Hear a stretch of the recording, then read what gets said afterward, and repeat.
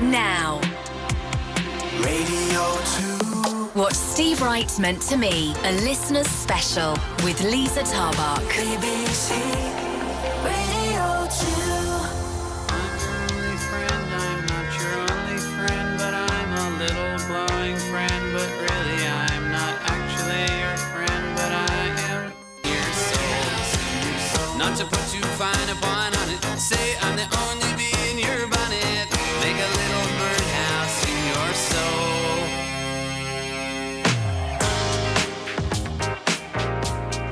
Hello, friends. Welcome along. In case you didn't know, it would have been Steve's 70th birthday today. So to celebrate him, we'd love you to share your stories and memories of him with the gang.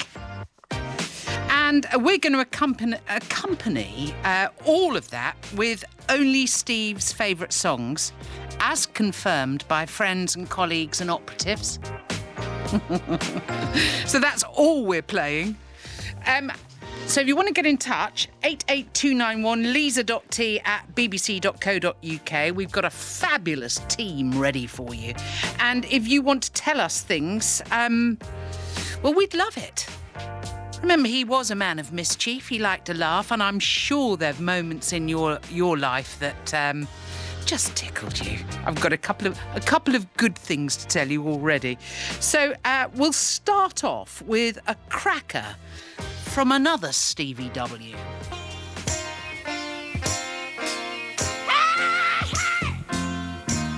Oh yeah, baby.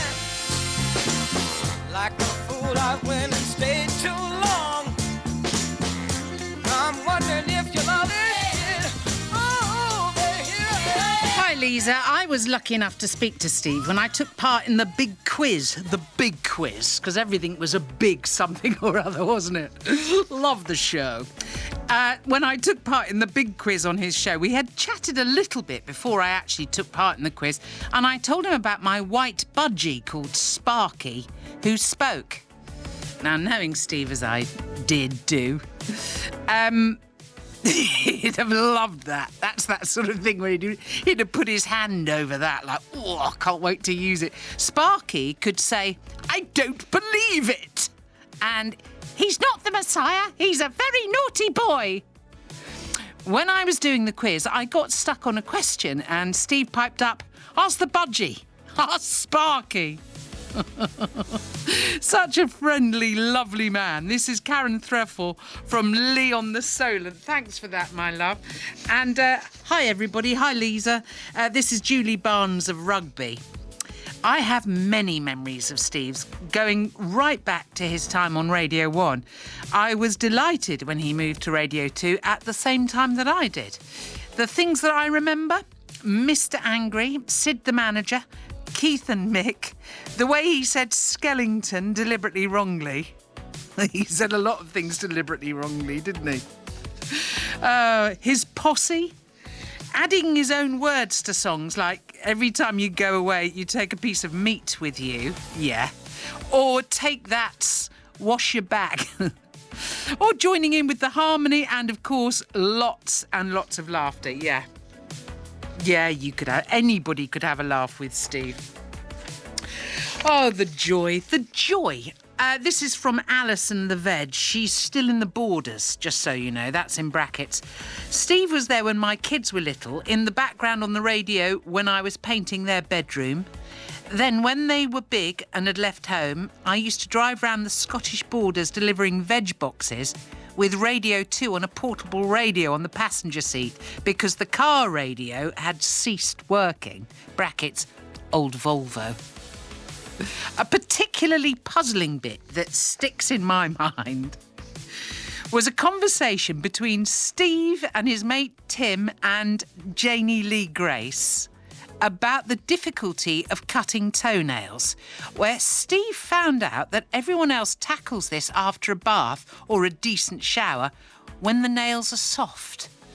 He seemed genuinely surprised that he'd never heard of such a thing. Grown man and all of that. You can do magic. America.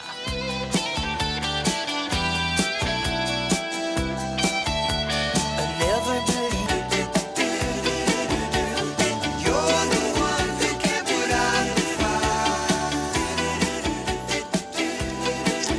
everyone. I used to listen to Steve on Radio 1 and followed him to Radio 2, listening every afternoon whilst driving home from work.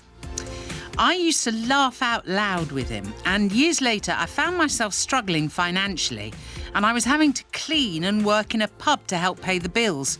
And it was Steve that I looked forward to every single Sunday. I loved Sunday love songs. He made me smile and he got me through my shifts. I miss you, Steve. You were an amazing DJ. That's Corinne. Corinne? Corinne. He wouldn't have taken that lightly, my love, you know. Listeners were always first, and particularly working out what you might be doing. Back in the day when we first worked together, which was late 90s, myself and Richard Easter were his posse.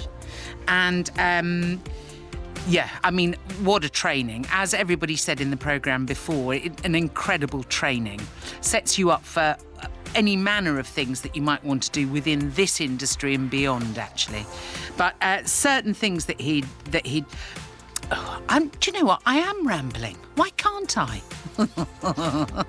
What the listeners are doing, it was very important to him because, of course, that sort of cracked it. You knew what songs were available, what would be appropriate. And at that time, there was no internet, so you were relying on people telling you things via letter. But, yeah, fascinating. Honestly, I haven't stopped thinking about the things I know because of him since I can't have him at the end of a telephone line. And actually, I'm going to be honest with you, I'm quite cross about it. I've been open about that with colleagues. I'm not on my own about being slightly annoyed with the chief. But he is around. For that, you'll have to believe me. Hi, Lisa. Steve Wright was a wonderful broadcaster. I listened to his Big Show and Sunday love songs, and they brought me joy with his wit, his chat, and his love. He was a one-off, and I miss him. I miss listening to him very much. I'm so glad he got his MBE before he passed away. Yeah, I think that pleased all of us and his family. And, of course, an MBE, if you're in the know, is generally the route to a title. So if you get an MBE and you think, well, I'd have thought I'd have got an OBE. No, MBE is almost better. Because that means can you imagine Sir Steve Wright? He'd worn that very lightly, actually, as was his modus operandi. I'm just going to talk in tongues. An international icon of radio, says Peter of Great Shelford, Cambridge. And Steve, this is no, it's not Michael, it's Michelle, you fool. Steve was a guest at the Coliseum nightclub in Stafford on the 28th of January, 1989. Now, we asked for your memories and thoughts. This is specific. Thanks, Michelle. It also happened to be my 22nd birthday. So the nightclub was packed with, I think, the whole of Stafford coming out to see him. And me and my bestie, Trudy, were lucky enough to be on stage with Steve, handing out the nightclub bubbly to the crowd and perhaps drinking a few glasses as well. To this day, I have dined out on the fact that Steve Wright played my 22nd birthday, and not many people can say that. This is a personal favourite, recommended from one of his producers, Paul.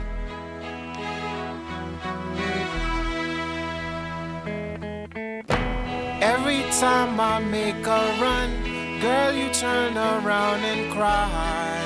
I ask myself why, why? See, you must understand, I can't work a 9 to 5, so I'll be gone till November. Said I'll be gone till November.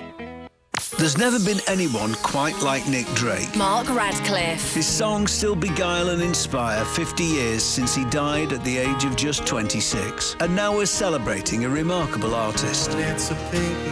Nick Drake, an orchestral celebration. Thank you, Nick Drake. We love you. Part of the BBC Proms on Radio 2. Conductor Jules Buckley brought together the BBC Symphony Orchestra and specially selected guest performers for a celebration of a cherished songwriter. Available now on BBC Sounds. Just search for Nick Drake. Radio 2, What Steve Wright Meant to Me, a listener's special. Hello, my name is Jane Carlisle-Leahy and I live in Nasing, Essex. My memories of Steve Wright goes right back to when I was a teenager. I used to listen to him and all of his characters and I loved him. I listened to him all the way through to when I met who I am now married to. I met my husband, Michael Pond, on internet dating. He lived in London, I lived in Northampton, and then I moved down to Milton Keynes, and we lived apart, and we used to see each other at weekends, and when we couldn't see each other at weekends, we'd both listen to Steve Wright's Sunday love songs in our own homes. And then if a lovely song came on, I would phone Michael, and vice versa. I adored Steve Wright. There are very few people who can make me laugh out loud, and he could. I loved his weird breakfasts on Sunday mornings, and I do still miss him. Don't leave me in all this pain. Don't without you, I just can't go.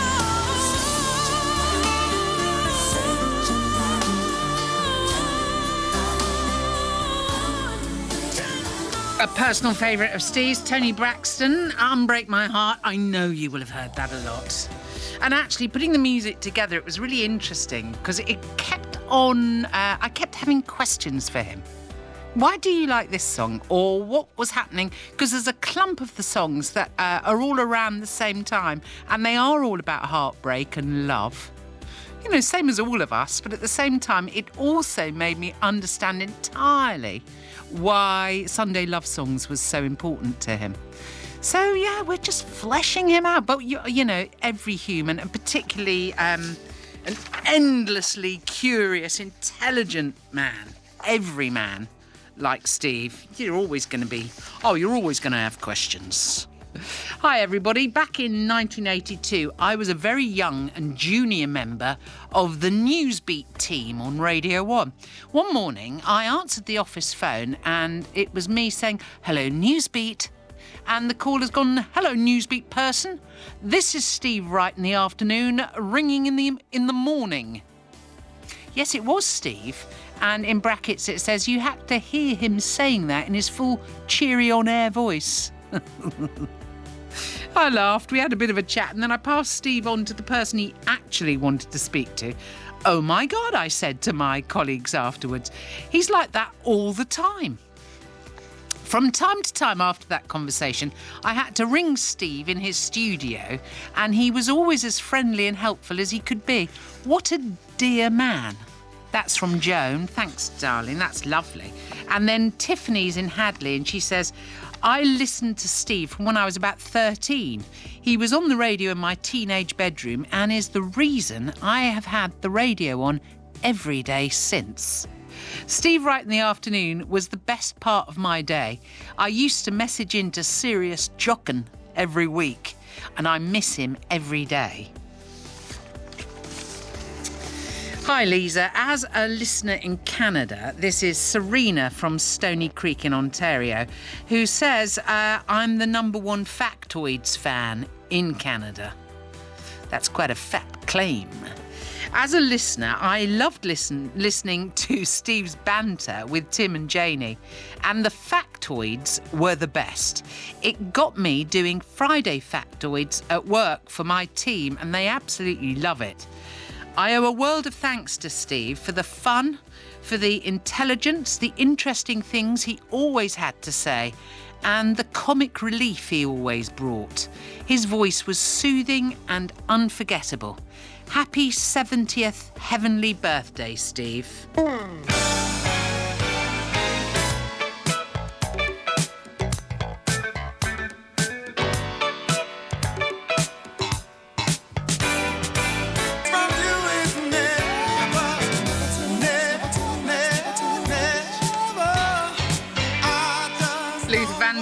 You've pretty much got Steve's ear in that one, haven't you? Really great. Rob Tucker says, I just want to say thank you for Steve's brilliance over many years.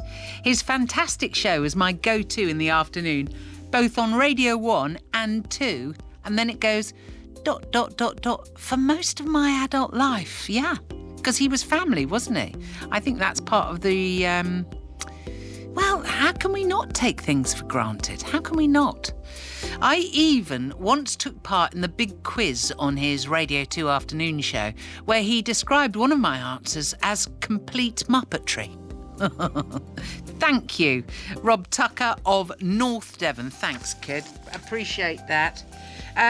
This is from Mike. He's in Worthing. My abiding memory of Steve was an interview he did with Robin Williams. I was driving home and I had to pull over as I was literally unable to breathe because I was crying with laughter. God, wouldn't that be a wonderful way to be remembered? Oh, that blooming time I got... Oh, were you all right? Yeah, no, I couldn't stop laughing. I mean, that would just be the business, wouldn't it? We love that. Oh, we love that. And this is from some salty old sea dog. Lisa, in 1992 and 93, Steve always kept me company on Friday evenings, travelling home from the Royal Navy, which was a long drive from Pompey to Cumbria. Steve kept us entertained all the way up the M6. I always waited for who is Ray-Ban and why would he have us all wear sunglasses? God. I've said it for 30 odd years. What a man, what a guy, what an entertainer. Eagle-eyed Cherry.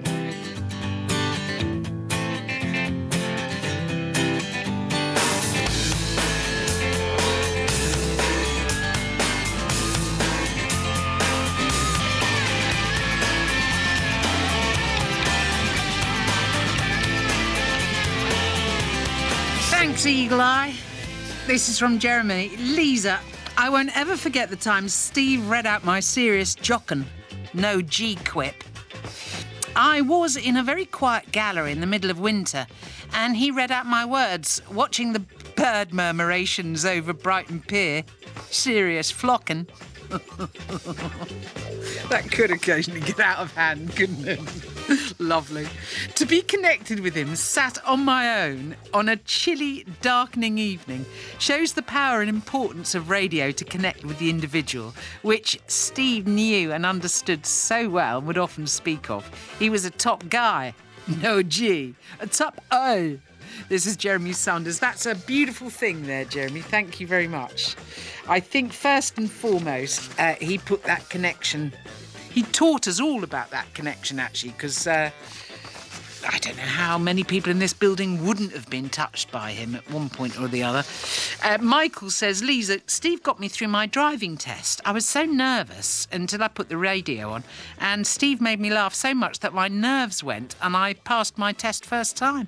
Serious bragging. That's, yeah, thanks, Steve. Yeah, thanks, Steve. Michael of Burnley. Chad says, back in 1986, I used to work in a barber's after school. And Steve was on his afternoon show. Out in the shop, I couldn't hear the radio very well, so I used to go out the back and listen to Steve and his amazing characters, whilst keeping an eye on the shop through the door grills, so that I wasn't caught slacking. He is truly an absolute legend of mine, or as he would have said, a legend. That's Chad in Stowmarket. Love to everyone.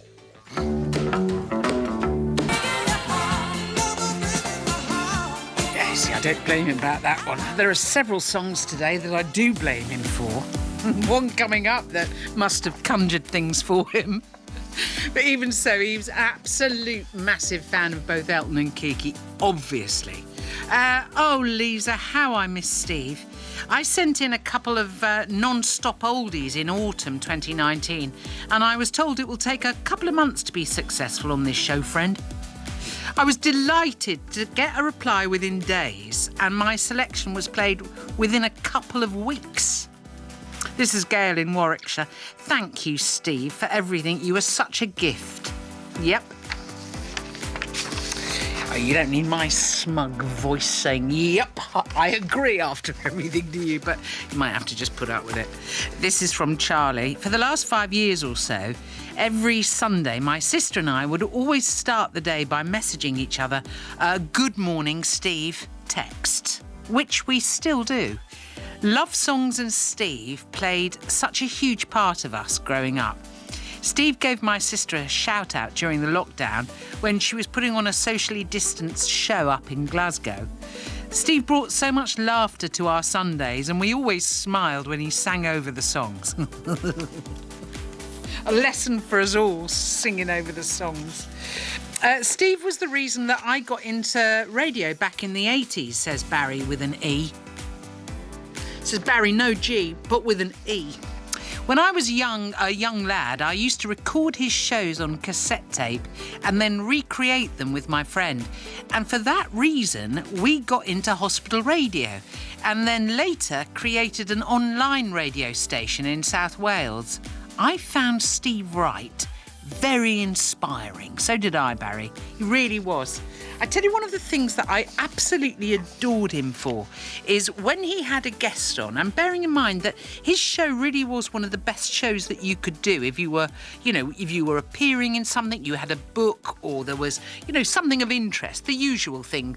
And actually, his level of intelligence, as we heard in the show before with Vernon, his level of curiosity and probing just to get the best out of you.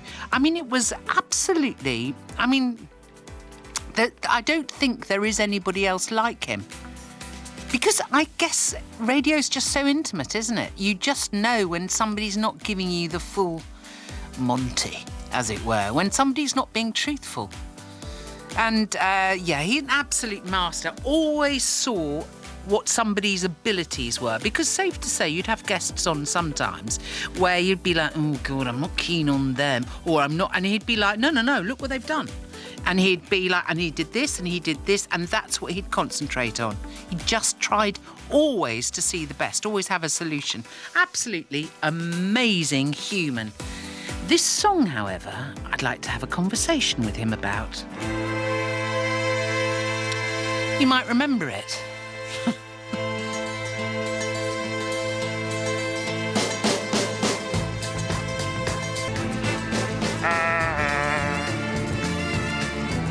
The race is almost run. That's that sentimental side, wasn't it? I think that's 1967, that track, so it's after the Vietnam War. But David, I think the single was from Northern Ireland. Anyway, AJ says, I know a lot of people will say the same, but Steve was the soundtrack to my life and my radio friend. He helped so many of us through both good and bad times, as individuals and as a nation. I really miss listening to him. His place in broadcasting history should never be underestimated. He was truly groundbreaking. But most of all, he was just Steve, making us laugh, keeping us company, bringing us the best guests and playing the exactly right music. Whenever I hear the following things, I fondly think of Dear Righty, Wichita linesman, Muppetry, Lozenge, Chamois, Curtis Stigers, rhymes with tigers, and of course No G. Thanks, Steve. You positively impacted so many of our lives. Happy 70th, friend.